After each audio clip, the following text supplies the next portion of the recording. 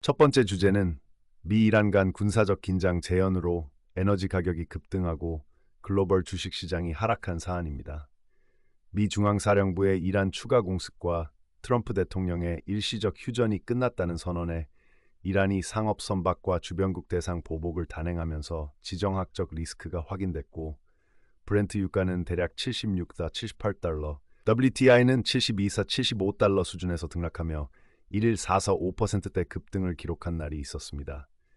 미 국채 수익률은 급등해 10년물이 약 4.5%대, 30년물이 5%대 수준을 유지했고, 인플레이션과 금리 경로 불확실성이 부각되면서 S&P 다우 등 주요 지수는 하락했고, 항공, 여행, 소비재 업종이 약세를 보였습니다. 호르무즈 해협을 지나는 선박 운항 리스크가 커지며 일부 전쟁보험사는 항해 중단 권고나 약관 재검토 권고를 내렸고, LNG 업체들의 분기 실적에선 액화 수수료가 전분기 대비 약 9% 상승하는 등 실물 물류 측 영향이 즉각적으로 나타났습니다. 두 번째 주제는 AI 칩 데이터 센터 투자 급증과 주요 기업들의 행보입니다.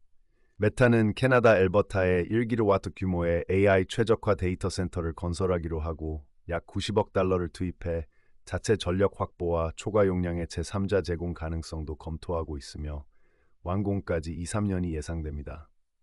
오픈AI는 토큰 효율성이 약 54% 개선됐다는 주장과 함께 GPT 라이브 등 실시간 음성 모델을 내놨고, 스페이스X AI의 그록 4.5는 코딩 에이전트 작업에 초점을 맞춰 수만 개의 엔비디아 GB300 GPU로 학습한 모델과 토큰 단가를 공개했습니다.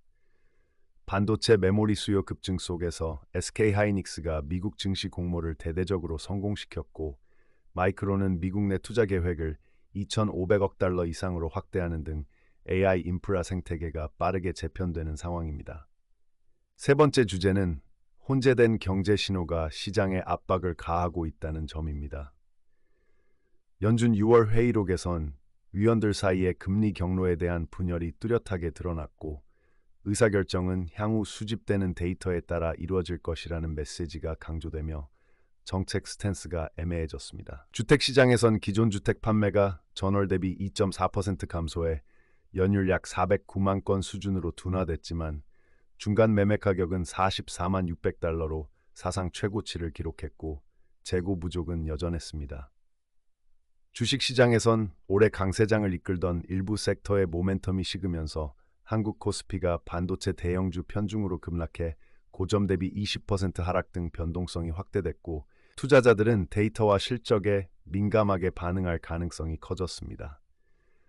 네 번째 주제는 파라마운트와 워너브라더스 디스커버리 인수와 관련한 반독점 규제 리스크입니다. 복수의 주요 검찰총장이 연방 법무부의 승인에도 불구하고 반독점 소송을 준비 중이며, 오리건주는 자료 제출 집행과 인수 완료 전 60일 정지를 법원에 요청하는 절차를 진행하고 있습니다. 파라마운트는 인수를 7월 22일 이전에 마무리하지 않겠다고 통보했고, 캘리포니아 등 다수 주가 수개월간 인수 과정과 로비 활동을 조사해 왔으며, 영국과 유럽연합도 심사를 진행 중이라 거래 완결에 변수가 남아 있습니다. 파라마운트는 거래가 경쟁법을 위반하지 않는다고 주장하며 주 검찰들과 계속 협의하겠다고 밝혔습니다. 다섯 번째 주제는 상업 우주와 국방 투자 활동이 활발하다는 점입니다.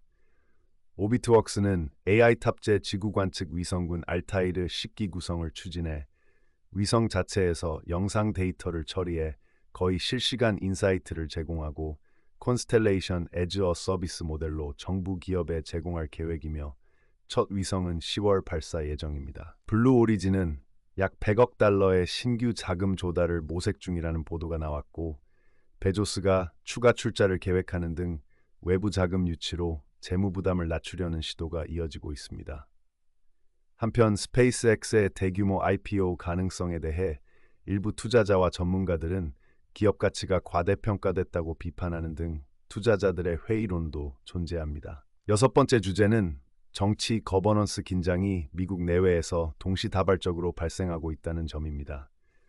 트럼프 대통령은 대법원의 수정 헌법 14조 시민권 관련 판결에 대해 재심을 요청하겠다고 밝혔고, 이는 재심이 매우 드문 절차라는 점에서 현실적 성공 가능성은 낮다는 지적이 있습니다. 나토 정상회의에서 트럼프가 동맹국들의 이란 대응 지원 부족을 공개적으로 비판하며 유럽 주둔 미군 철수 가능성까지 거론한 것은 동맹 내 긴장을 키웠고, 법적 측면에선 이진 캐롤 관련 판결에 대한 추가 항소와 맨해튼 법원의 손해배상 집행 등 법적 분쟁들도 진행 중입니다.